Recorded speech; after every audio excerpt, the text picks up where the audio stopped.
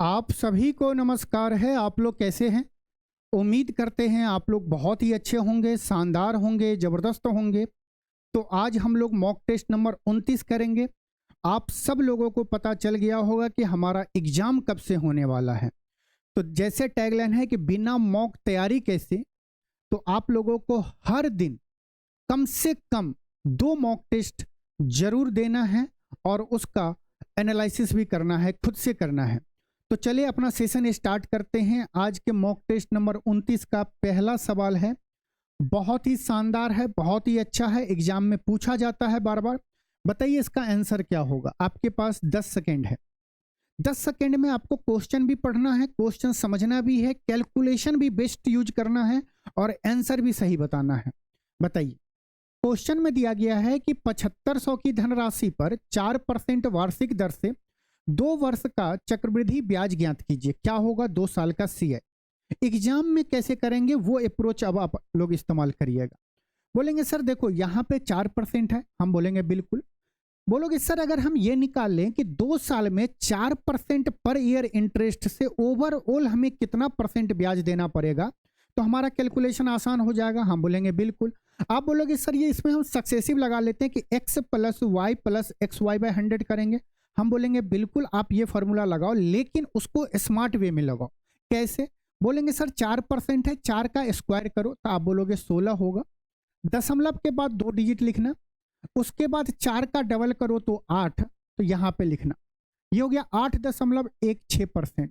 इसका मतलब कि ओवरऑल हमें 2 साल के बाद 8.16% का ब्याज देना पड़ेगा। कितने पे देना पड़ेगा? तो 7500 पे देना पड़ेगा। निकाल लेते हैं। 7500 का 8.16%, परसेंटेज मतलब कि डिवाइड बाय 100, दशमलव हटाएंगे तो नीचे में 2 जीरो। मुश्किल आप देख रहे हैं कि अगर हम इसे सॉल्व करेंगे तो 75 गुने 8.16 करना पड़ेगा।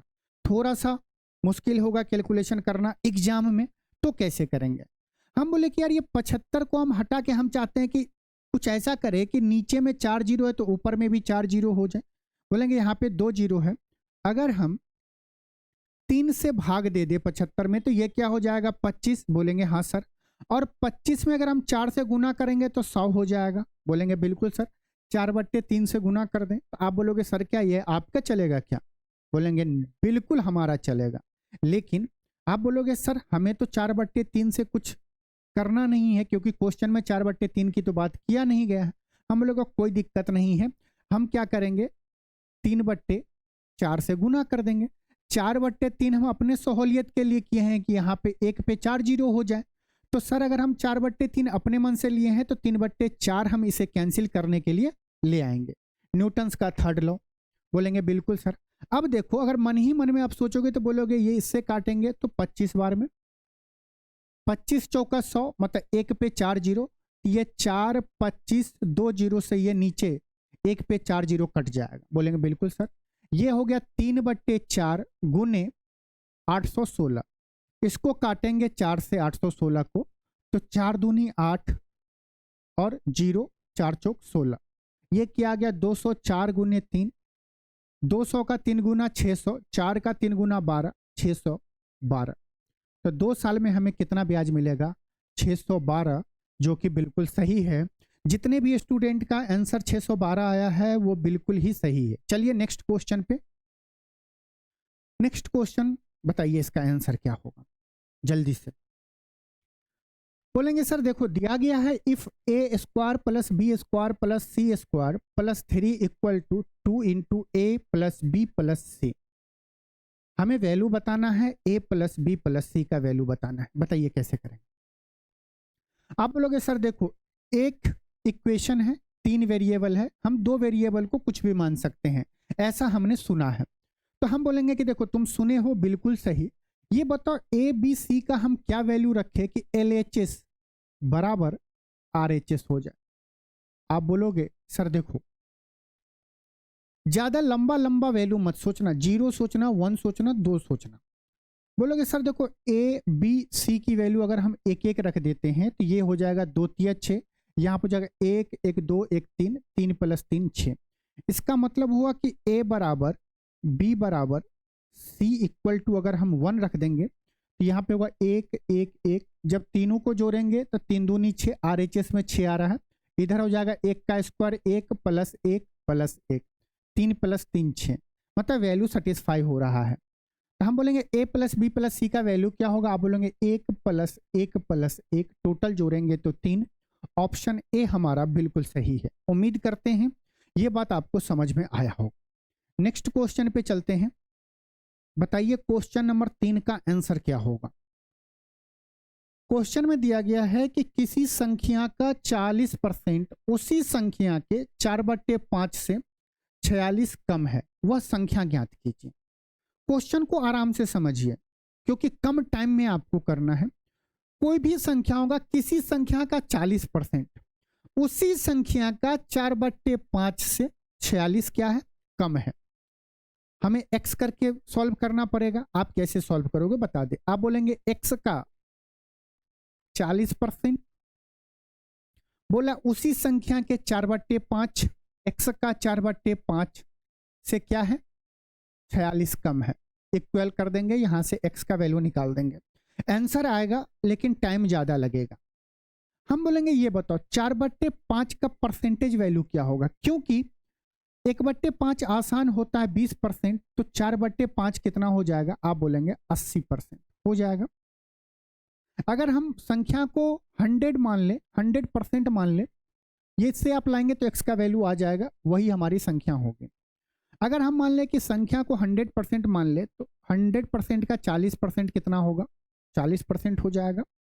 उसी संख्या का 80% कितना होगा? आप बोलेंगे 80%। इस दोनों का अंतर कितना है? आप बोलेंगे 40% है। 80% से 40% कितना कम है? 40%। अंतर हम निकाले हैं, जो कि जिसका अंतर दिया गया है 46 दिया गया है। 40% का वैल्यू 46, हमें बताना है 100%, क्योंकि वो संख्या हमें बताना है। 40% का कितना गुना है? आप बोलोगे 40 का 2 गुना 80 होता है, 20 और जोड़ेंगे, इसका मतलब कि 40 का ये 2.5 गुना है। 40 दूना 80, 40 का आधा 20, तो 80 20 100 हो गया। तो इस साइड भी हमें क्या करना पड़ेगा? 2.5 गुना करना पड़ेगा। अरे 46 का 2.5 गुना मत करो, 46 का 2 गुना करोगे कितना होगा? 92, और 46 का आधा 23, तो 92 और 23 कितना होगा? 115। हमारा आंसर क्या होगा? 115, मतलब वो संख्या क्या होगी? 115 होगी। 100% का वैल्यू 115 आ गया। उम्मीद करते हैं कि आप एग्जाम में इतना ही लिखेंगे और इतने चीज को भी मौखिक तौर पे करके बस यहाँ पे कैलकुलेशन के पार्ट में आप थोड़ा सा रफ करेंगे। आइए नेक्स्ट क्वेश्चन पे चलते हैं। क्वेश्चन को पढ़िए और फिर आप हमें आंसर बताइए। बार बार बोलते हैं, फर्स्ट मॉक टेस्ट से हम आप लोगों को एक ही बात बोलते हैं, एग्जाम में आपको क्वेश्चन खुद पढ़ना है, क्वेश्चन खुद समझना है, आंसर भी खुद लाना है, और वो आंसर भी सही है या गलत है वो आपको खुद चेक करना पड़ेगा, और वो सब काम आपको कम टाइम में करना है। तो प्रैक्टिस आपको जरूर ज्यादा से ज्यादा करना है। क्वेश्चन में दिया है, एक दुकानदार किसी वस्तु के अंकित मूल्य पर 10% की छूट देता है और फिर भी 20% का लाभ कमाता है। यदि वस्तु का अंकित मूल्य 1200 है तो उसका क्रय मूल्य कॉस्ट प्राइस ज्ञात कीजिए। हमें पता है, आपको ये बात पता होगा कि कॉस्ट प्राइस और मार्केट प्राइस के बीच में क्या रिलेशन होता है, लेकिन एग्जाम में करना है ना, उससे भी करेंगे आंसर आएगा, लेकिन कैलकुलेशन ज्यादा करना पड़ेगा। कमेंट करिए तो वो मेथड भी बताएंगे। दूसरा मेथड देखिए अंकित मूल्य हमें कितना दिया गया है? 1200 दिया है। बोला 10% का छूट, मौखिक कर सकते हैं। 10% का छूट मतलब 10% का वैल्यू होता है फ्रैक्शन में 1/10। 10 के वस्तु में 1 का डिस्काउंट करेंगे, मतलब कि कितने में बेचेंगे? 9 में बेचेंगे। 1200 पे अगर हम 10% का डिस्काउंट दे रहे हैं, मतलब कि 1200 गुने 9/10 करेंगे, इतने में बेचेंगे। बोलेंगे बिल्कुल। हमें प्रॉफिट कितने का हो रहा है? 20% का प्रॉफिट हो रहा है। इसका मतलब हुआ 20% का फ्रैक्शन 1/5। 5 के वस्तु पे हमें 1 का फायदा हो रहा है, इसका मतलब कि 5 के वस्तु को जब हम 6 में बेचेंगे तब हमें 1 का फायदा होगा। बोलेंगे बिल्कुल सर। यहाँ पे गुना क्या करेंगे? नीचे में 6 ऊपर में 5। काटना शुरू करेंगे तो 3 दूनी 6, 3 तरीके 9, 0 से 0 चला गया, 2 से इसे काटेंगे 6 बार में, 60 छतरी 18, 18 पंचे 90, ये कितना आया 900। मतलब उस वस्तु का हमारा कॉस्ट प्राइस कितना होगा 900 होगा। बिल्कुल सही है। आपको बस यहाँ पे 5/6 जो किए हैं इसमें थोड़ा सा कंफ्यूजन होगा, 30 सेकंड के अंदर में इसको हम बता देते हैं। देखिए हम क्या क्या मार्क प्राइस में जब डिस्काउंट दिए हैं तो डिस्काउंट क्या होता है, अगर मार्क प्राइस 10 होगा तो 1 का डिस्काउंट देंगे तो सेलिंग प्राइस हो जाएगा। ये क्या हो गया मार्क प्राइस, ऊपर में हम क्या लिखे हैं सेलिंग प्राइस। बोलो बिल्कुल, मार्क प्राइस से मार्क प्राइस कट के जाएगा, हम सेलिंग प्राइस पे पहुंच गए। अब क्या होगा, हमें कॉस्ट प्राइस बताना है, सीपी बताना है। हमें पता है प्रॉफिट हो रहा है, ये सीपी है, इसमें जब 1 जोड़ेंगे तो हमारा एसपी कितना आ जाएगा 6 आ जाएगा। बोलोगे बिल्कुल सर। हम चाहते हैं हमें कॉस्ट प्राइस बताना है तो यहाँ पे हमें सेलिंग प्राइस हटाना पड़ेगा, इसके लिए हमें नीचे में सेलिंग प्राइस लिखना पड़ेगा और ऊपर में सीपी, तभी तो क्या होगा सेलिंग प्राइस से सेलिंग प्राइस कट जाएगा, मार्क प्राइस से मार्क प्राइस कट जाएगा, बचेगा क्या कॉस्ट प्राइस। कॉस्ट प्राइस का वैल्यू हमें बताना था। यहाँ पे क्या हुआ, ये हो गया मार्क प्राइस, ये हो गया आपको मार्क प्राइस।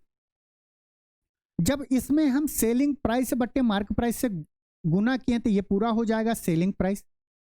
जब इसमें हम सेलिंग प्राइस, ऊपर में कॉस्ट प्राइस नीचे में सेलिंग प्राइस, सेलिंग प्राइस से सेलिंग प्राइस कट जाएगा तो पूरे का वैल्यू क्या आएगा सीपी आएगा।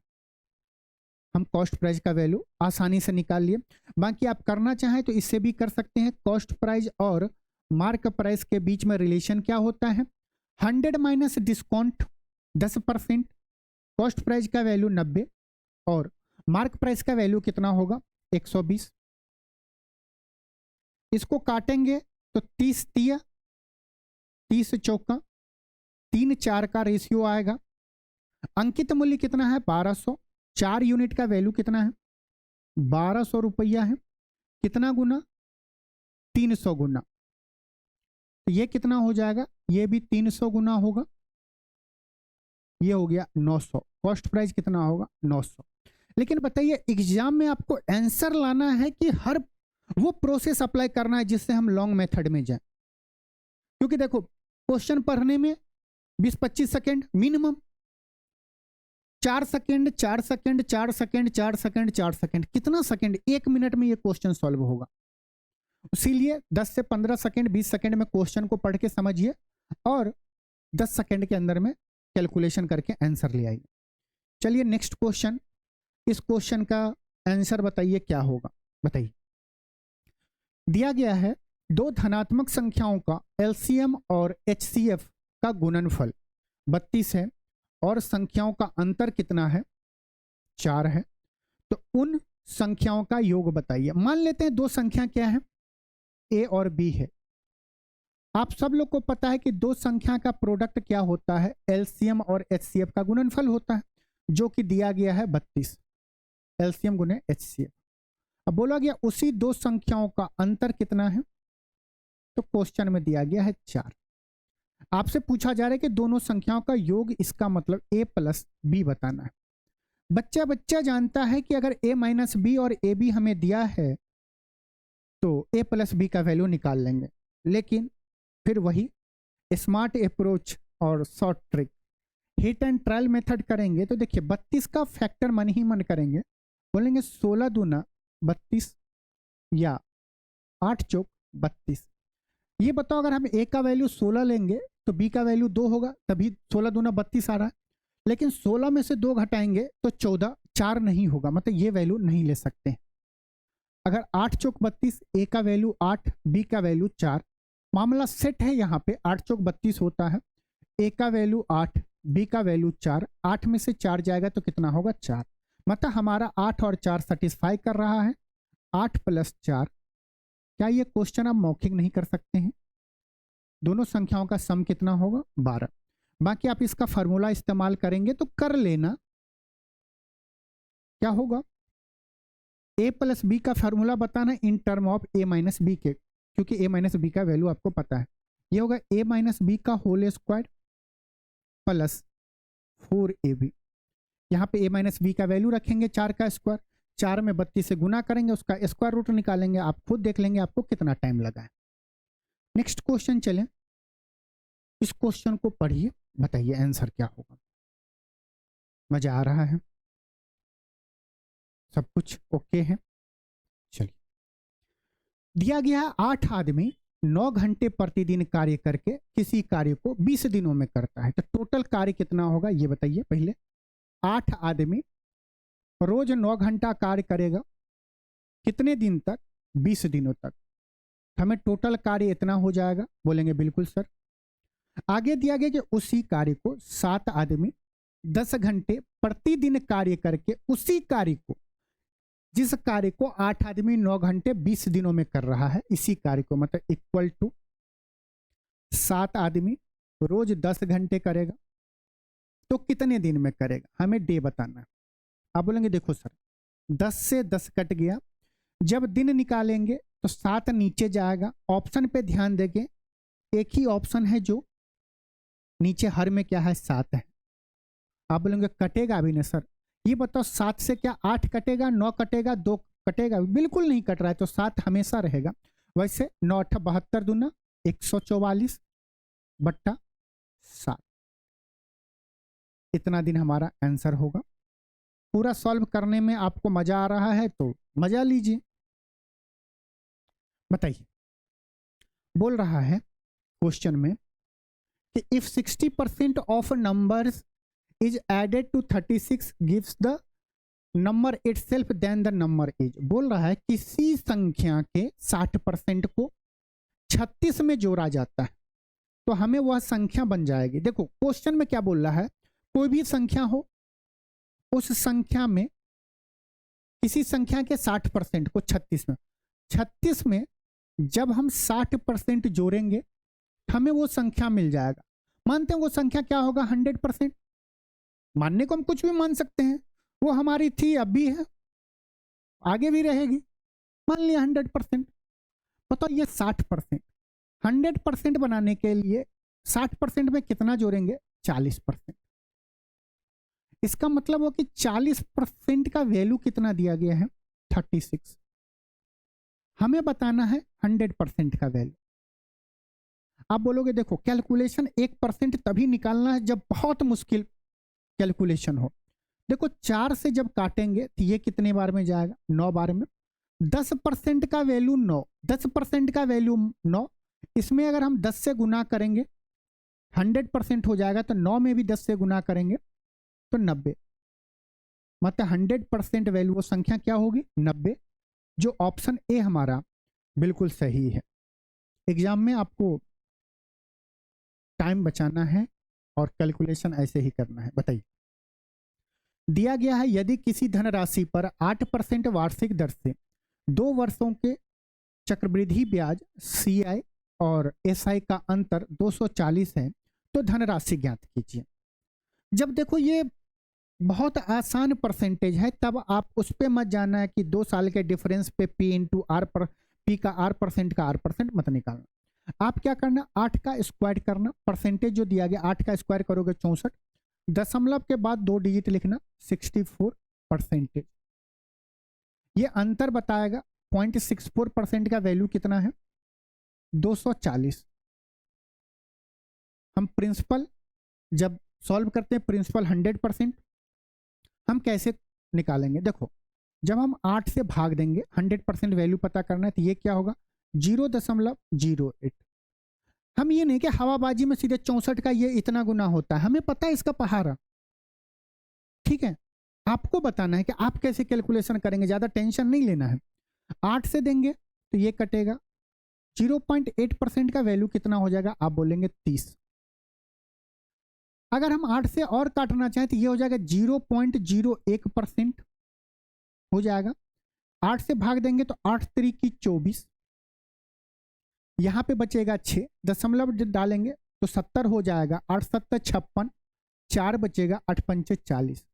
0.01% का वैल्यू इतना है। हमें बताना है 100%, प्रिंसिपल बताना है। ये बताओ 0.01% में हम क्या गुना करें कि 100% हो जाए, तो आप बोलोगे देखो सर अगर आप 100 से गुना करोगे तो 1% हो जाएगा, हमें 100% चाहिए तो फिर इसमें 100 से और गुना करना पड़ेगा। मतलब इस संख्या में अगर 10,000 से गुना करेंगे तो 100%, तो इस संख्या में भी 10,000 से गुना करेंगे तो 100%, 10,000 गुने 3.75। बोलेंगे 2 जीरो से ये 0.75 पॉइंट हट जाएगा, ये क्या होगा 375, 2 जीरो और बचेगा तो 37,500। आंसर कौन सा होगा? ऑप्शन डी हमारा बिल्कुल सही है, 37,500। उम्मीद करते हैं कि मजा आ रहा होगा। आइए नेक्स्ट क्वेश्चन चलते हैं। बताइए इस क्वेश्चन का जवाब। क्वेश्चन पढ़िए, किसी त्रिभुज एबीसी में पढ़िए क्वेश्चन, डायग्राम से अगर समझ जाते हैं तो मजा आ जाएगा।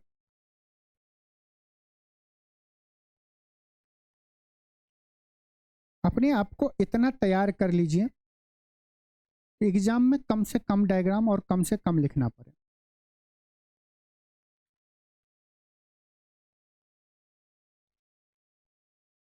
चलिए क्वेश्चन पढ़ते हैं। किसी त्रिभुज एबीसी में, मान लेते हैं ये त्रिभुज क्या है, ए बी सी है। भुजाओं ए बी और ए सी पर, भुजा ए बी और ए सी पर क्या है, पर बिंदु डी और ई है। इसका मतलब ए बी पे डी है और ए सी पे ई है। ए बी पे डी है और ए सी पे ई है। इस प्रकार स्थित है कि D E parallel to B C, ये इसके पैरेलल है, ये इसके पैरेलल है।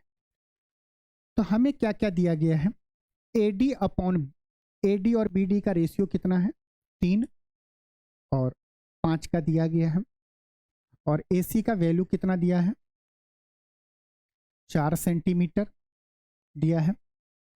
हमें बताना है ए ई का वैल्यू, ये बताना है, मान लेते हैं इसको एक्स का वैल्यू बताना है क्या हो। कैसे करेंगे, थेल्स थ्योरम याद आ गया होगा आपको। थ्योरम का नाम नहीं पता है तो simple A D upon B D बराबर होगा ए ई अपॉन ई सी होगा। बोलेंगे बिल्कुल सर। ये बताइए ए बी का वैल्यू कितना होगा, ये रेशियो है ना 5:3, तो टोटल कितना होगा 8 यूनिट होगा। ये नंबर नहीं है, रेशियो में है 8 यूनिट। और जो रेशियो ए डी बट्टे बी डी का होगा वही रेशियो ए ई बट्टे ई सी का होगा। और वही जितना रेशियो ए बी होगा लेंथ, उतना ही लेंथ ए सी का होगा। ये बताइए 8 यूनिट का वैल्यू कितना दिया गया 4, कितना हाफ। 8 यूनिट का वैल्यू 4 सेंटीमीटर, 8 का कितना गुना आधा, तो 3 का भी आधा क्या होगा, आप बोलेंगे 1.5। हम ऐसे बोलेंगे ए सी का वैल्यू क्या है 8 यूनिट, 8 यूनिट का वैल्यू 4 सेंटीमीटर, कितना आधा है, तो एक्स का वैल्यू क्या होगा 3 का आधा 1.5 सेंटीमीटर। ऑप्शन ए हमारा बिल्कुल सही है। Student most of the time क्या करेगा सर, यहां से रेशियो निकाल के कैलकुलेट करेगा। क्यों करना है मुझे नहीं समझ में आता। वो क्या करेगा, ए बी बट्टा ए डी बराबर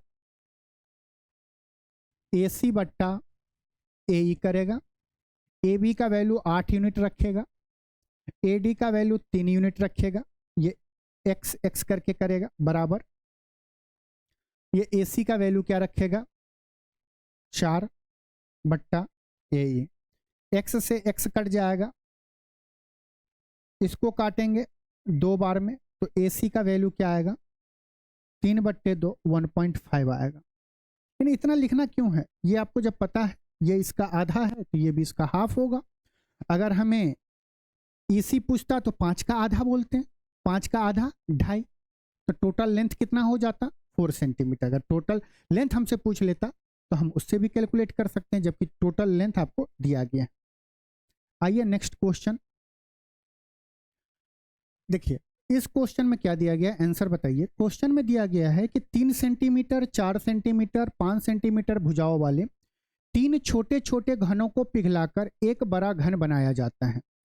तीनों छोटे घनों के पृष्ठीय क्षेत्रफलों का योग और बड़े घनों के पृष्ठीय क्षेत्रफल के क्या अनुपात बताना है क्या होगा। ये बताइए, जब हम छोटे छोटे क्यूब को पिघला रहे हैं तो जितना छोटे छोटे क्यूब का वॉल्यूम होगा, तीनों छोटे छोटे क्यूब के वॉल्यूम का सम जितना होगा वो बड़े वाले वॉल्यूम का सम होगा, क्योंकि पिघला ही रहे हैं लेकिन वॉल्यूम तो चेंज नहीं होगा, नहीं होगा। हम अगर बोले कि बड़े वाला वॉल्यूम कितना होगा, आप बोलेंगे छोटे वाले वॉल्यूम निकाल लेते हैं, सबको जोड़ लेते हैं, क्या होगा 3 का क्यूब प्लस 4 का क्यूब प्लस 5 का क्यूब। क्यूब निकाल के जोड़ लेंगे तो हमें बड़े वाले वॉल्यूम पता चल जाएंगे। बोलेंगे बिल्कुल सर। देखो 3 का क्यूब, 4 का क्यूब, 5 का क्यूब इक्वल टू होता है, कैलकुलेशन आपको पता है, डायरेक्ट आप बोल दोगे कि ये क्या हो जाएगा 6 का क्यूब। ये क्या है, बड़े वाले वॉल्यूम का क्यूब का वॉल्यूम आ गया। और पृष्ठीय क्षेत्रफल निकालने के लिए हमें साइड जरूरत पड़ता है, तो यहां से अगर हम साइड निकालें तो साइड ऑफ बड़े क्यूब कितना होगा, क्यूब रूट ऑफ वॉल्यूम कर देंगे तो यहां से 6 निकल जाएगा। बोलेंगे बिल्कुल सर। अब हमें निकालना है कि तीनों छोटे घनों का पृष्ठीय क्षेत्रफल निकालना है। तो ये बताइए सरफेस एरिया क्या होता है, सरफेस एरिया क्या होगा स्मॉल वाले का और सरफेस एरिया बड़े वाले क्यूब का। तो आप बोलोगे छोटे वाले का होता है 6 इंटू स्मॉल साइड का स्क्वायर अपॉन 6 इंटू साइड का स्क्वायर होता है, बिग वाले साइड का स्क्वायर होगा। हम लोग देखो 6 से 6 तो कांस्टेंट है, ये तो कट गया। हम निकाल लें कि स्मॉल साइड का सम ऑफ निकालना है, स्क्वायर करना है, जोड़ के बताना है। एक का कितना होगा 3 का स्क्वायर प्लस 4 का स्क्वायर प्लस 5 का स्क्वायर अपॉन बड़े वाला साइड कितना है 6, तो 6 का स्क्वायर 36 हो जाएगा। अब ये मत कहना 3 का स्क्वायर 9, 4 का 16, 5 का 25, जोड़ना मत। त्रिकोणमिति में पाइथागोरस से पता है 3 का स्क्वायर प्लस 4 का स्क्वायर क्या होता है 5 का स्क्वायर। तो इस दोनों को जोड़ेंगे तो 5 का स्क्वायर, 5 का स्क्वायर 25 और 25 50, ये क्या आएगा 50 बट्टा 36। सॉल्व करेंगे तो क्या आएगा 25 बट्टा 18। रेशियो क्या होगा 25 बट्टा 18 होगा। अब कितना स्टूडेंट 3 का क्यूब, 4 का क्यूब, 5 का क्यूब जोड़ने लगेगा, 27, 64, 125 जोड़ेंगे तो 216 होगा। फिर क्यूब रूट निकालेंगे। क्यों निकालेंगे क्यूब रूट, हम क्यों निकालें, क्योंकि हमें सरफेस एरिया बताना है। सरफेस एरिया के लिए हमें साइड पता होना चाहिए। बताइए इसका, बताइए क्वेश्चन। एक 22 मीटर लंबे और 14 मीटर चौड़े खेत में 4 मीटर लंबा और 2 मीटर चौड़ा और 1.5 मीटर गहरा गड्ढा खोदा जाता है। यदि गड्ढे से निकली मिट्टी को शेष खेत में एक समान रूप से फैलाया जाता है तो खेत के स्तर में होने वाली वृद्धि ज्ञात कीजिए। क्वेश्चन समझ में आ गया है। क्वेश्चन क्या बोल रहा है, मेरे साथ अगर रिपीट कर लें डायग्राम में समझ में आ जाएगा।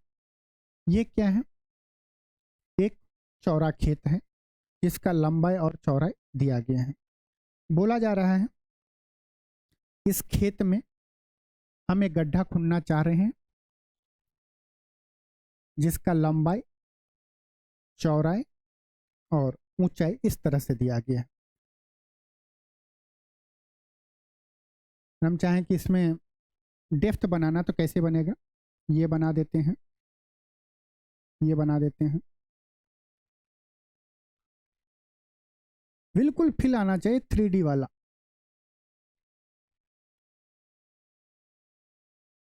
मान लीजिए ये क्या है,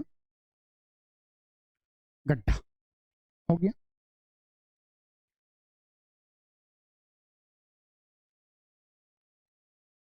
ये हो गया। अब हमसे क्या पूछ रहा है, एक बार क्वेश्चन को अब समझिए। ये खेत है जिसका लंबाई कितना है 22 मीटर, चौड़ाई कितना है 14 मीटर है। बोला जा रहा है खेत में 4 मीटर लंबा, 4 मीटर लंबा और 2 मीटर चौड़ा और डेप्थ, गहराई मतलब कि हाइट होता है अंदर की तरफ, डेप्थ कितना है 1.5 मीटर गड्ढा किए हैं। इसमें से जो माटी निकला है वो माटी को हम क्या कर रहे हैं, उस माटी को हम लोग इस साइड में चारों साइड भर दे रहे हैं, चारों साइड भर रहे हैं। हमसे पूछा जा रहा है कि इसका हाइट कितना होगा, माटी कितना हाइट उठेगा। तो देखिए इसका वॉल्यूम क्या होगा, ये आपको कैसा दिख रहा है, क्यूबाइड दिख रहा है। कि गड्ढे का वॉल्यूम कितना होगा, आप बोलेंगे 4 मीटर गुने 1.5 मीटर गुना 2 मीटर, वॉल्यूम इतना होगा। माटी जो निकालेंगे इतना वॉल्यूम निकलेगा, बोलेंगे बिल्कुल। इक्वल टू होगा, ये चारों साइड हम माटी डालेंगे, खेत में ही डालेंगे, इस गड्ढे में तो नहीं डालेंगे, इस खेत में डालेंगे। ये खेत का हम अगर एरिया आपसे पूछे क्या होगा, ये चारों जो हम कलर किए हैं ग्रीन से, इसका एरिया क्या होगा, आप बोलेंगे बड़े वाले जो आयताकार आयत है उसके एरिया में से ये छोटा वाला अगर एरिया हम घटा दें तो क्या होगा 22 गुने 14। इसमें से अगर हम 4 गुने 2 एरिया घटा दें, 4 गुने 2, तो इसका एरिया निकल जाएगा, बोलेंगे हाँ। और इस पे जो हम माटी डालेंगे कितना हाइट, कितना उस खेत में माटी बढ़ेगा, कितना हाइट ऊंचा होगा, अगर हम इसमें h से गुना कर देंगे तो ये भी क्या हो गया, एरिया इंटू हाइट, वॉल्यूम हो गया, ये भी वॉल्यूम हो गया, इसको हम इक्वेट कर दिए हैं, बोलेंगे बिल्कुल। कैलकुलेशन के लिए देखो यहाँ पे 4 है, 14 में 2 है, 22 में 2 है, तो 4 अगर यहाँ से निकाले तो 4 से 4 कट जाएगा, यहाँ पे क्या बचेगा 77, 77 में से 2 जाएगा तो 75, ये हो गया 75H। यहाँ पे 1.5 गुने 2 3 हो गया, तो H बराबर क्या होगा, 3 से 75 को काटेंगे 25, 1/25 मीटर हो जाएगा। 1/25 मीटर हमारा आंसर नहीं है, अगर यही होता 0.04 होता मीटर तो हम करते, लेकिन सेंटीमीटर में आंसर दिया गया, एक ही मीटर में है, तो सेंटीमीटर में कन्वर्ट करेंगे तो मीटर को सेंटीमीटर में कन्वर्ट करने के लिए 100 से गुना करेंगे, डिवाइड बाय 25, तो 25 चौका 100, 4 सेंटीमीटर, मतलब उस खेत में माटी जो डालेंगे तो कितना ऊंचा उठ जाएगा, 4 सेंटीमीटर ऊंचा हो जाएगा। आइए इस क्वेश्चन को करिए। एक दुकानदार वस्तुओं पर उनके क्रय मूल्य से 20% अधिक मूल्य अंकित करता है, उसके बाद वह उन पर छूट देता है और 8% लाभ कमाता है। दुकानदार द्वारा प्रदान की गई डिस्काउंट बताना है कितना होगा। बहुत सारे स्टूडेंट इसको कॉस्ट प्राइस मार्क प्राइस के रेशियो पे करता है, जहाँ पे आपको पता है 100 माइनस डिस्काउंट 100 प्लस प्रॉफिट होता है। कॉस्ट प्राइस 100 माइनस डिस्काउंट और मार्क प्राइस क्या होगा 100 प्लस प्रॉफिट।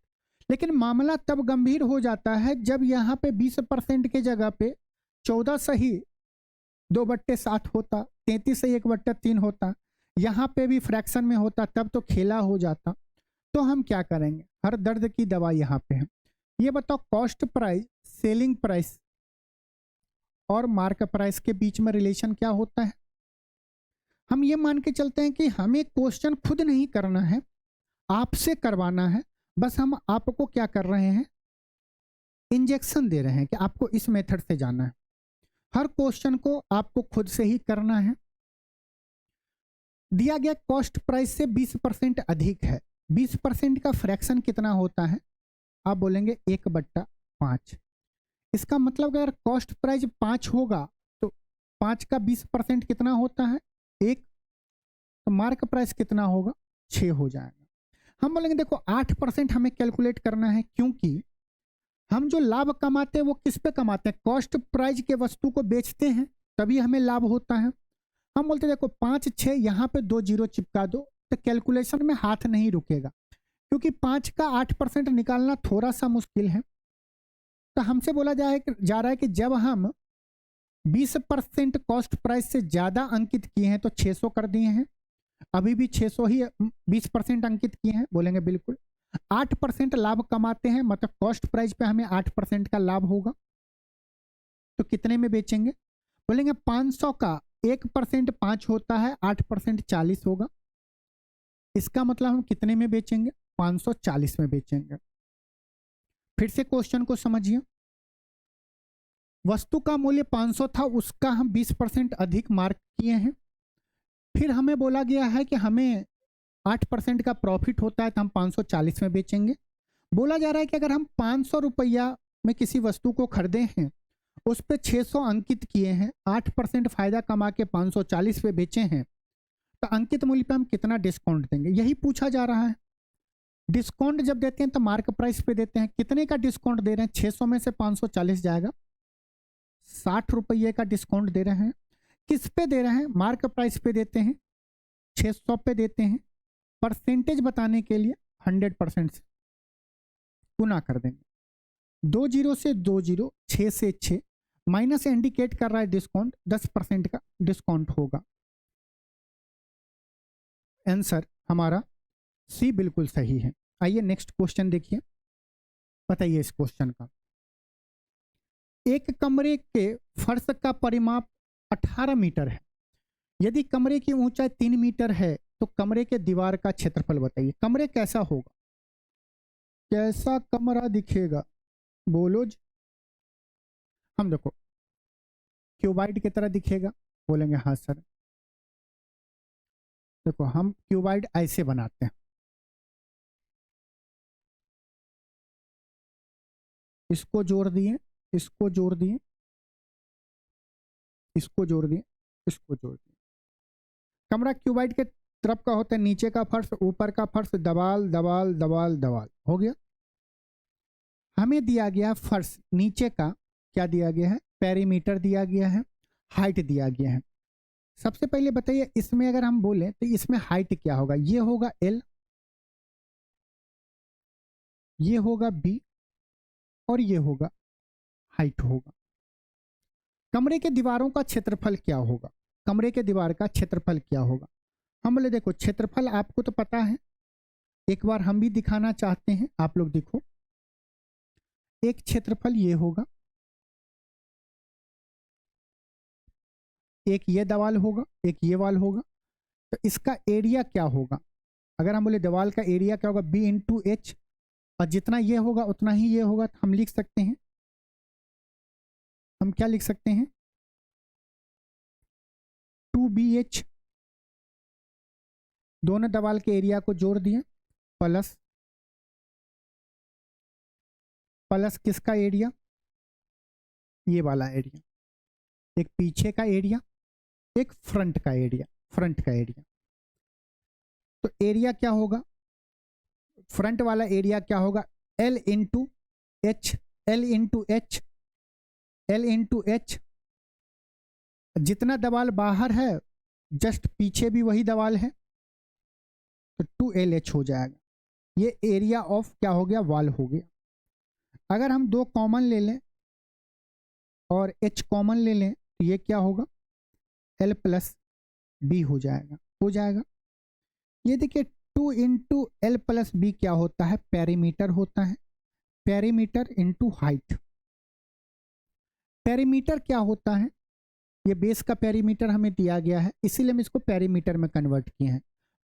किसमें कन्वर्ट किए? परिमाप में, जिसका वैल्यू 18 दिया गया है। हाइट कितना है? 3 मीटर।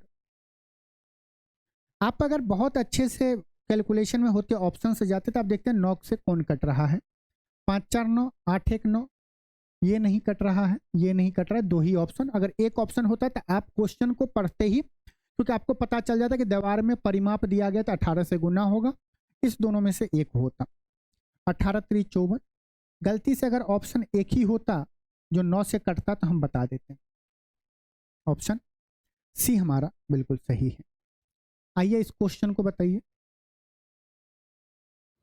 बीच बीच में अगर आपको मन करे, दिल ना लगे तो हमारे गली आ जाना।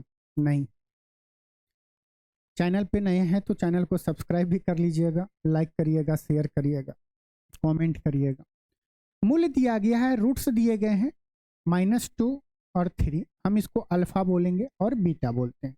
दो रूट को कुछ भी बोलेंगे, स्टैंडर्ड में अल्फा बीटा बोलते हैं। इस दोनों का गुणनफल कितना होगा, अल्फा इंटू बीटा, आप बोलेंगे माइनस का 6 होगा। जो कांस्टेंट टर्म है वो कितना आना चाहिए, माइनस का 6 आना चाहिए। यहाँ पे प्लस का 6 है तो ये नहीं होगा, यहाँ पे प्लस का 6 है, ये नहीं होगा। अगर हम इस दोनों रूट को जोड़े अल्फा प्लस बीटा करें तो कितना होगा, 1 होगा। मतलब x का कोफिशिएंट कितना होना चाहिए, 1 होना चाहिए।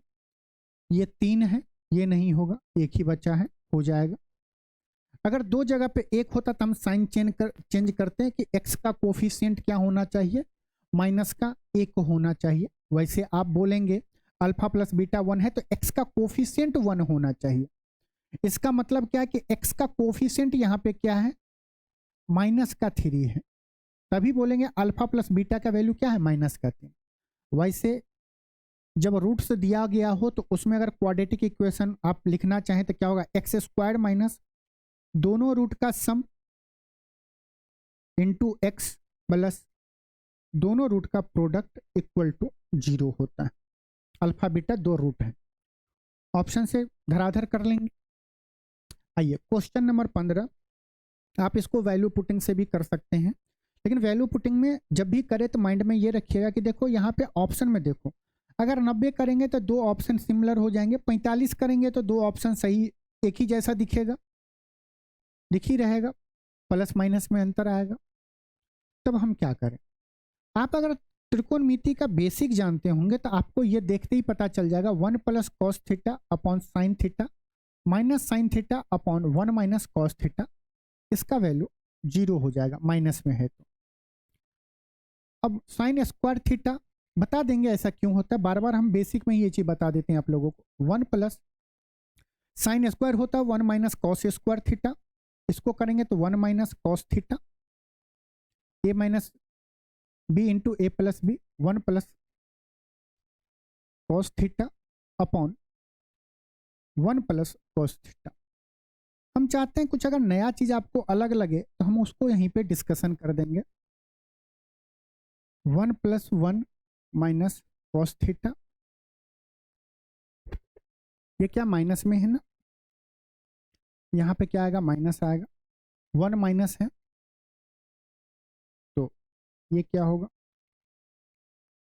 ये माइनस, ये प्लस, यही होगा, 1 से 1 कट जाएगा, प्लस का कॉस थीटा हमारा आंसर है। बिल्कुल, हम इसको 0 क्यों किए हैं, प्रैक्टिस सेशन में आपको पता होगा। आपको पता है sine square theta plus cos square theta बराबर 1 होता है, बोलेंगे बिल्कुल सर। तो साइन स्क्वायर थीटा बराबर क्या होगा, 1 माइनस कॉस स्क्वायर थीटा होगा, ए स्क्वायर माइनस बी स्क्वायर होता है 1 minus cos theta into 1 plus cos theta. हमें नीचे में माइनस में तो इधर क्या करेंगे, sine theta, sine square theta मतलब कि sine theta into sine theta, यहां पे लाएंगे 1 माइनस कॉस थीटा बराबर 1 प्लस कॉस थीटा ऊपर में, नीचे में साइन थीटा। अगर इस टर्म को हम या इस टर्म को अगर हम उस साइड ले जाएंगे तो 1 plus cos theta upon sine theta minus sine theta बट्टा 1 माइनस कॉस थीटा होगा तो यहाँ 0 बचेगा। यही सेम कंडीशन क्या होगा जब हम साइन के साथ लिखेंगे 1 माइनस साइन। आपको बस देखना क्या है, बस एक चीज देखना कि क्या हम इसके हर को इसके अंश से गुना करेंगे तो साइन स्क्वायर, और इसके हर को इसके अंश से गुना करेंगे तो ये क्या, दोनों इक्वल आ रहे हैं क्या, 1 minus cos theta into 1 plus cos theta क्या होगा, 1 माइनस कॉस स्क्वायर थीटा, वो होता है 1 minus cos square theta sine square theta होता है, आ रहा है। उसी तरह मन में देखेंगे इसके हर को इसके अंश से करेंगे, उल्टा आपको दिख रहा है ना, साइन कॉस में साइन चेंज है तो ये हो जाएगा साइन स्क्वायर थीटा, ये क्या होगा 1 माइनस कॉस स्क्वायर थीटा, वो होता है साइन स्क्वायर थीटा। तो sine square theta minus sine square theta 0 ही होगा। ठीक है, इसमें 2-3 केस बनते हैं जो एग्जाम में बार बार पूछा जाता है। रिसेंट आपके जो रेलवे का 2024 के एंड में दिसंबर में पेपर हुए थे ALP टेक्नीशियन जेई में, उसमें उस पर लगभग 5-6 क्वेश्चन पूछे थे। जब हम त्रिकोणमिति का अलग से करवा रहे थे उसमें उस सारे क्वेश्चन को हम लोग डिस्कशन किए थे। ये बताइए 5 किलोमीटर प्रति घंटा की चाल से चल रहा एक व्यक्ति एक पुल को 15 मिनट में पार करता है। पुल की लंबाई मीटर में ज्ञात कीजिए। बताइए 15 मिनट में एक आदमी अगर जितना डिस्टेंस ट्रेवल करेगा उतने ट्रेवल में वो क्या कर रहा है, पुल को क्रॉस कर जा रहा है। मतलब कि जितना लंबा पुल होगा वो निकाल लेंगे तो पता चल जाएगा 15 मिनट में वो कितना चला है, पुल की लंबाई पता चल जाए। अब देखो हमें पता है कि मिनट किलोमीटर पर आवर को मीटर पर सेकेंड में कन्वर्ट करेंगे। अब ये कैलकुलेशन ज़्यादा मत करना। ये क्या होता है 5 किलोमीटर प्रति घंटा का मतलब होता है 1 घंटा में 5 किलोमीटर जाना। 1 घंटा में 5 किलोमीटर जाना। घंटे को मिनट में कन्वर्ट करेंगे तो इसका मतलब हुआ 60 मिनट में कितना जाएगा 5 किलोमीटर। आंसर मीटर में बता रहे थे 5 किलोमीटर मतलब कि 5000 मीटर, 5000 मीटर जाएगा। हमें तो 15 मिनट बताना है। 15 मिनट डिवाइड बाय 4 करेंगे, ये आ गया 15 मिनट। इधर भी डिवाइड बाय 4 करेंगे। देखो काटने में जाना, ये 1000 में से आप 100 काट सकते हो। कितने बार में? 25 बार में। तो 50 गुने 25 क्या होगा? 25 पच्चा 125 पे 0, मतलब 15 मिनट में कितना ट्रेवल करेगा? 1250 मीटर। 1250 मीटर। आइए इस क्वेश्चन को करिए, बताइए।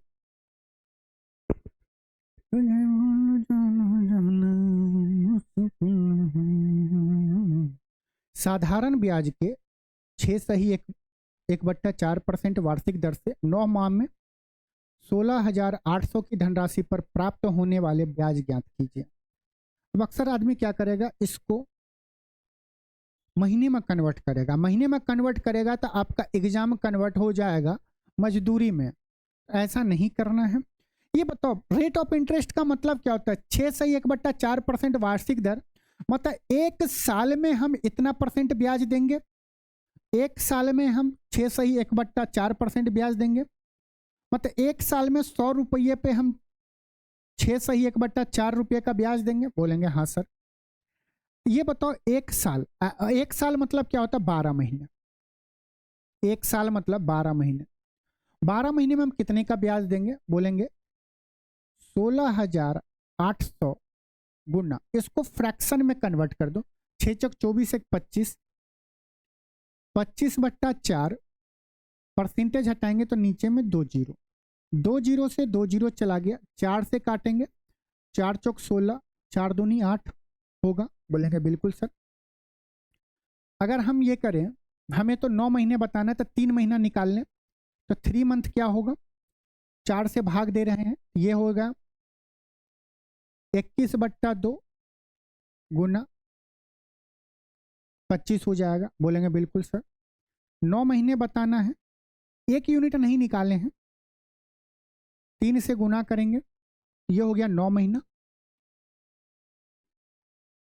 तो इधर भी 3 से गुना करेंगे तो पता चलेगा 9 महीने में क्या रिजल्ट आया है, ब्याज कितना मिला। तो ये क्या होगा? 21 गुना 25 गुना 3 डिवाइड बाय 2। आप चाहें तो नीचे 10 बना लीजिए या आप इसी में भाग दे दीजिए। ये क्या होगा? 21 गुने 3 63, इसका वैल्यू कितना होगा? 63। 63 गुने 25 क्या होगा? 25 दिया 75 का 5 हासिल 7, 25 छक्का 150 प्लस 7 157, 157 का आधा। 1575 का आधा कितना होगा? 1500 का आधा 750। सिंपल छोड़ो, वो मत करो। 7 दूनी 14, 8 दूनी 16, 7 दूनी 14.5। हमें तो पता है कि 1500 का आधा करेंगे तो 750 होगा, 750 होगा। अब 75 का आधा करेंगे तो मुश्किल होगा, तो 70 का आधा करेंगे तो 35, तो 750 प्लस 35 785, 5 का आधा 2.5, तो 787.5। आइए इस क्वेश्चन में बताइए, निम्न में से कौन सी भिन्न सबसे छोटी है? दिया गया 7/6, 7/9, 4/5, 5/7। अगर आप गौर से देखेंगे तो 7/6 क्या है, इम्प्रॉपर फ्रैक्शन है। इसका वैल्यू 1 से बड़ा आ रहा है, मतलब कि ये सब में सबसे बड़ी वैल्यू ये है। हमें सबसे छोटी वाली वैल्यू के बारे में बताना है। अब देखिए 7, 4, 5 बच गया, भाग नहीं देना है। हम चेक करेंगे 7/9, 4/5 और 5/7 में सबसे छोटी वैल्यू कौन सी होगी। दो तरीका है, आप अगर स्क्रीन पे ही देख के करना चाहें तो देखिए इसका गैप कितना है, 2 है, और इसका गैप कितना है, 2 है। दोनों का गैप 2-2 है। जब गैप सेम हो तो बस हम अंश देख लेते हैं, जिसका अंश छोटा वो फ्रैक्शन छोटा। बोलेंगे इस दोनों में 5/7 क्या है, छोटा है। अब हम चेक कर लेंगे 4/5 और 5/7 में इसका फ्रैक्शन 4/5 और 5/, इसका गैप 2 है, इसका गैप 1 है। गैप सेम कर लेते हैं, यहाँ पे भी 2 बनाने के लिए इसमें गुना करेंगे तो 8, और ये गैप 5 है। अंश चेक करेंगे, 8 बड़ा है कि 5 बड़ा है, तो बोलेंगे कि 8 बड़ा है, 5 छोटा है। इसका मतलब कि 5/7 इस सब फ्रैक्शन में क्या होगा, छोटा हो जाएगा। हो गया। आप अगर एक ही बार करना चाहें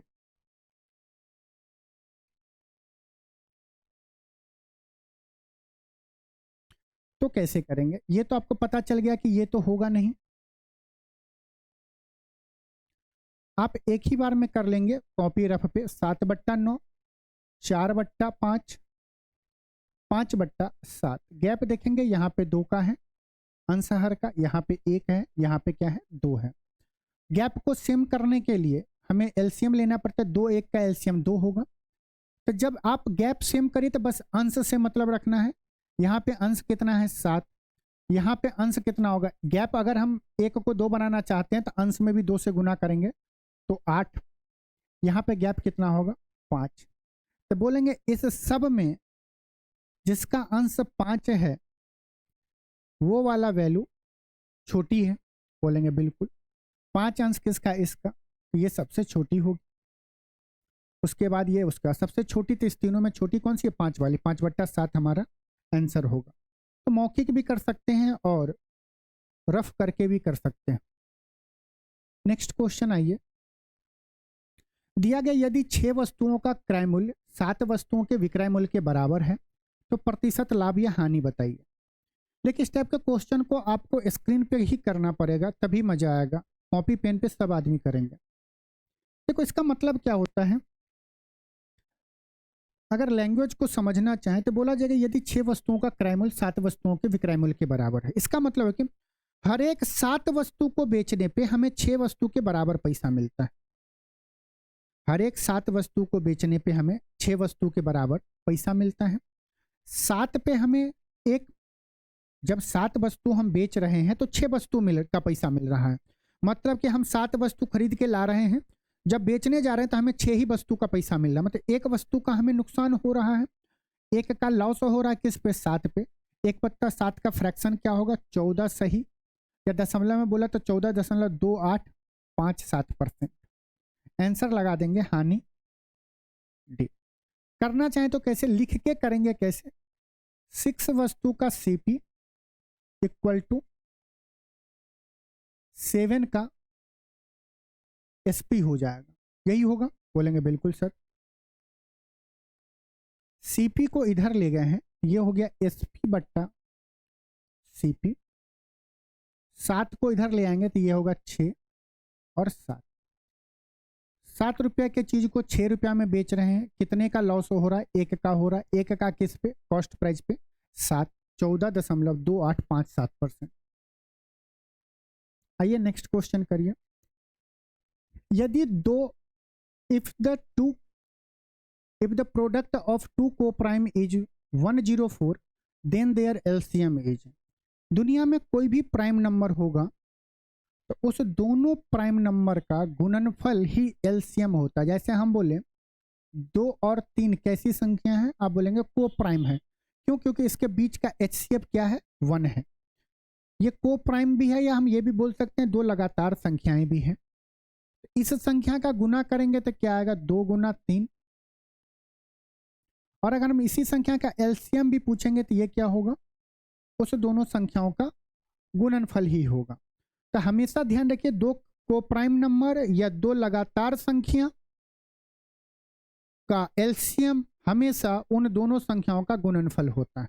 दुनिया का कोई भी कोप्राइम, जैसे हम ले ले 7 ले ले, 11 ले ले, ये अपने आप, ये तो प्राइम है ही, साथ ही साथ अपने आप में कोप्राइम भी है क्योंकि इसके बीच का HCF 1 है। तो इस दोनों का जो प्रोडक्ट होगा 77, वही इस दोनों संख्याओं का एलसीएम भी होगा। तो हम बोल सकते हैं यदि दो कोप्राइम नंबर है जिसका गुणनफल 107 है तो उस संख्याओं का एलसीएम भी कितना होगा, 104 ही होगा। सिंपल है। आइए इस क्वेश्चन को करिए। 25 के पावर 25 को 26 से विभाजित करने पे शेष क्या होगा। देखो, सबसे पहले 25 में 26 से भाग दो तो रिमाइंडर आपको पता है या तो माइनस का होगा या प्लस का रिमाइंडर होगा, या तो माइनस का रिमाइंडर होगा या प्लस का। तो पहले आप 25 में 26 से भाग दो तो रिमाइंडर कितना बचेगा, 1 बचेगा। कब, जब हम 26 से भाग दे रहे हैं। 1 25 को भाग दे रहे हैं तब माइनस 1 रिमाइंडर हो रहा है। पावर 25 मतलब कि हमें 25 बार 25 लिखा गया, इसका मतलब कि 25 बार हमें -1 रिमाइंडर आएगा, इसका पावर 25।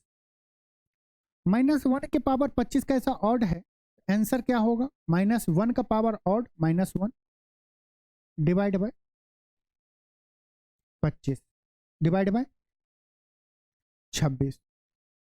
एग्जामिनर को निगेटिव रिमाइंडर पसंद नहीं है, तो जब निगेटिव रिमाइंडर आ गया तो जिससे भाग दे रहे हैं उसमें से निगेटिव रिमाइंडर घटा दीजिए। तो ये क्या होगा, 25, ये क्या होगा, 25 रिमाइंडर बचेगा। ऑप्शन बी हमारा बिल्कुल सही है। ये फॉर्मेट होता है a-1 अपॉन a, a-1 का पावर n होगा। a+1 के पावर n पे भी पूछा जाता है। अभी ये है तो इसका बता देते हैं। इसका रिमाइंडर 2 टाइप से निकाल सकते हैं आप, होता है हमेशा जब इसमें भाग देंगे 1 के पावर n, अगर n जो होगा वो इवन आया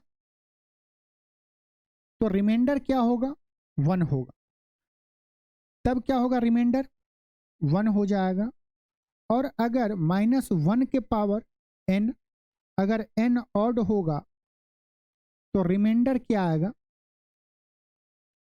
रिमाइंडर क्या आएगा, a में से 1 को घटा देना, a में से 1 को घटा देना है, वही हमारा रिमाइंडर आएगा। इन शॉर्ट आपको बोले कि जब a-1 यहाँ पे अगर ऑड दिख गया है, यहाँ पे ऑड दिख गया है, ये फॉर्मेट पे आ रहा था, आप सीधे रिमाइंडर भागो काहे देते, सीधे नहीं बोल देते कि 25 से रिमाइंडर है। कब, जब ये बात आपको पता होता। तो आज के बाद पता चल गया है तो आप बता देंगे। दिया गया चक्रवृद्धि ब्याज की 4% वार्षिक दर पर 2 वर्षों में किस वस्तु का मूल्य, किसी वस्तु का मूल्य इतना हो जाएगा तो वस्तु का वर्तमान मूल्य बताइए। सिंपल पूछ रहा है। 4% का फ्रैक्शन कितना होगा, आप बोलेंगे 1/25। 2 साल में पूछा जा रहा है, 2 ईयर में। 1 साल में 25 से 26 हो जाएगा तो 2 साल में 25 का स्क्वायर 625 से कितना हो जाएगा, 26 का स्क्वायर 676। बोला जा रहा है 2 साल में कितना मूल्य हो जा रहा है, 338। 676 का आधा, तो उस वस्तु का वर्तमान मूल्य कितना होगा, यहाँ पे डिवाइड बाय 2 करेंगे। 600 का आधा 300, 25 का आधा 12.5, 312.5। आज के टाइम में उसका रेट कितना होगा, 312.5 रुपया होगा। ठीक है, आगे चलें। बताइए, किसी संख्या का 40% 800 के बराबर है तो संख्या ज्ञात कीजिए। किसी संख्या का 40% 100% संख्या मान लेते हैं 100%, तो 40% कितना होगा, 800। कैलकुलेशन देखिए, 100% निकाले, कितना स्टूडेंट क्या करेगा, पहले 1% निकालेगा ना जी ना। 40% का ये क्या है, 20 गुना है, तो 100 का भी 20 गुना कितना होगा, 2000। किसी प्रकार का कोई दिक्कत नहीं? दिक्कत बताइए। बिल्कुल मुन्ना जी। एक स्कूल ने अपने छात्रों से शुल्क में रूप से 2600 इतना एकत्र किए। यदि प्रत्येक छात्र द्वारा भुगतान किए गए शुल्क की राशि और स्कूल में छात्रों की संख्या बराबर ही थी तो स्कूल में छात्रों की संख्या ज्ञात कीजिए। बहुत आसान क्वेश्चन है। हम ये देखना चाहते हैं कि आप लैंग्वेज को समझ पाते हैं कि नहीं। इसके लिए ये क्वेश्चन आपके लिए रूम होम वर्क है, बताइएगा। लैंग्वेज बस आपको पकड़ना है, बोर्ड मास का रूल यूज करना है। पहले हम भाग करेंगे तो इससे ये कट जाएगा तो यहाँ एक बचेगा, इससे इसको काटेंगे एक बचेगा, 8 गुने 1 प्लस 8, ये से ये कट जाएगा, आंसर क्या होगा? 1 होगा। मामला क्या है ना, कितने आदमी पहले यहीं पे गुना कर देगा, 8 8 64, तब थोड़ा सा आंसर आपका वेट करेगा, तब 64 आएगा। बताइए 3a प्लस 4b बराबर 2 है और ab का वैल्यू इतना है तो 27aq प्लस 64aq बताइए। देखिए आप अगर ये अलजेब्रा थोड़ा सा अच्छा पढ़े होंगे तो आप बोलेंगे देखो सर जो आंसर होगा ना, ये देखो 3a का क्यूब है 27aq, 4b का क्यूब है 64b क्यूब, बोलेंगे बिल्कुल। जो आंसर होगा वो 2 का क्यूब 8 होगा। कब? जब उस संख्या में ये जोड़ेंगे। तो देखो 4 में 2 जोड़ेंगे तो 6, क्या 8 आ रहा है? नहीं, 2 का क्यूब आना चाहिए, मतलब 8 आना चाहिए। जब 2 जोड़ेंगे तो 2 में 2 जोड़ेंगे तो 4, 8 नहीं आ रहा। 8 में 2 जोड़ेंगे तो 10 नहीं आ रहा है। 6 में 2 जोड़ेंगे 8, हाँ, क्योंकि 2 का क्यूब, यही आंसर होगा। बस डिटेल कैसे करेंगे, हम देख रहे हैं कि ये क्या है, क्यूब का फॉर्मूला है। ये क्या होता है, डायरेक्ट हम लिख लें कि 3 बता देते हैं, 3a प्लस 4b का क्यूब करेंगे तो ये क्या होगा, 27a क्यूब प्लस 4b का cube 64b cube plus 3 into A B होता है 4 तिया 12 तिया 36, 36ab into A plus B 3a plus 4b, यही होगा, बोलेंगे बिल्कुल। अगर हम 3a प्लस 4b के जगह पे 2 रखेंगे तो ये क्या हो जाएगा, 2 का क्यूब 8 बराबर 27a cube plus 64b cube plus 36 गुने ए बी का वैल्यू क्या है, 1/36 गुना 3a प्लस 4b का वैल्यू 2 है। 36 से 36 कट गया, 8 में से 2 जाएगा तो 6 बचेगा। 6 बराबर क्या होगा, 27a square plus 64b square, b cube है 27a क्यूब प्लस ये, ऑप्शन कौन सा है, 6 हमारा बिल्कुल सही है। आइए नेक्स्ट क्वेश्चन, बताइए find the value of 7500 plus इतना इतना इतना, बताइए क्या होगा आंसर। अगर आप ऑप्शन को गौर से देखेंगे तो देखो 7500 प्लस समथिंग होगा, प्लस 7500 प्लस समथिंग। ऑप्शन देखो पहला 7500 से छोटा है, 7500 प्लस होना चाहिए, ये भी नहीं होगा। इसलिए बार बार बोलते हैं कि ऑप्शन पे भी ध्यान दो, जो भी आंसर आएगा 7500 प्लस कुछ आएगा ना, हमें नहीं पता इसका वैल्यू क्या है, निकालेंगे भी नहीं। ऑप्शन पे ध्यान देंगे 7500 से वैल्यू ज्यादा आना चाहिए, ये छोटा ये छोटा ये छोटा, एक ही बड़ा है, भाग देंगे तो वही आएगा 75 25।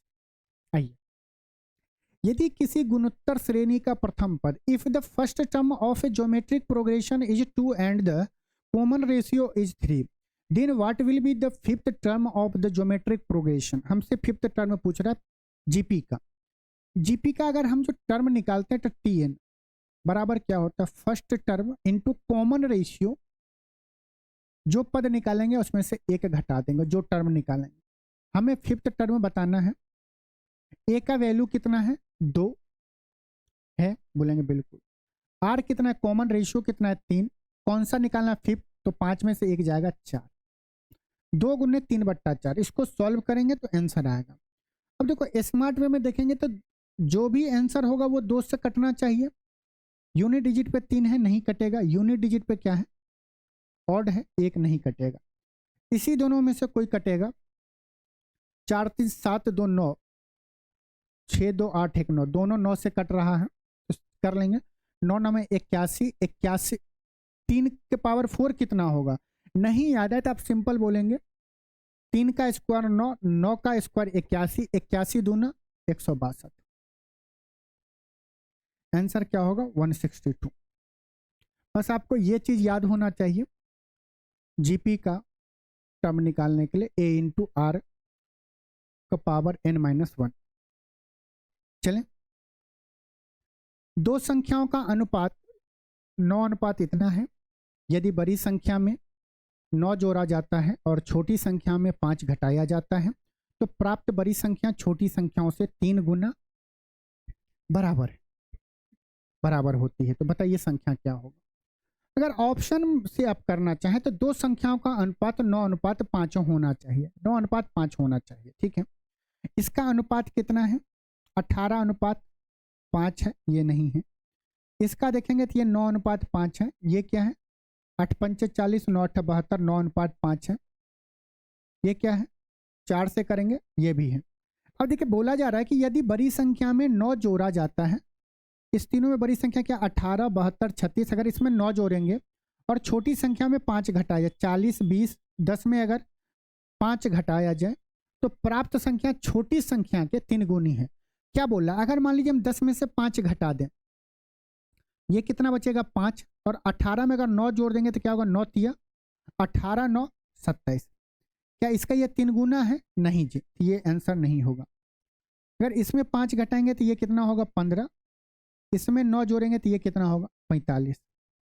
क्या ये 5 घटाने के बाद ये 9 जोड़ने के बाद 45 3 गुना है, हाँ सर यही ऑप्शन है, एक ही होगा। क्रॉस चेक करेंगे तो इसमें 5 घटाएंगे तो 35, अब 35 का 3 गुना 105 होता है, 72 में 9 जोड़ेंगे तो क्या होगा 81 होगा। तो हमारा ये भी नहीं होगा, ऑप्शन हमारा एक ही सही है। ऑप्शन से जा सकते हैं। बाकी कोई बोलेगा नहीं सर हम तो लिखना चाहते हैं। मान लेते हैं कि एक संख्या 9x है, दूसरी संख्या 5x है।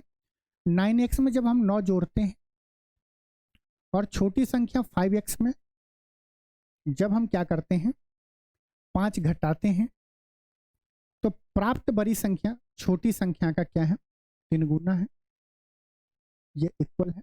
यहां से आप x का वैल्यू निकालेंगे तो 9 चौक 36 5 चौक 20 आ जाएगा। x का वैल्यू कितना आएगा 4। आप निकालने का कोशिश करिएगा,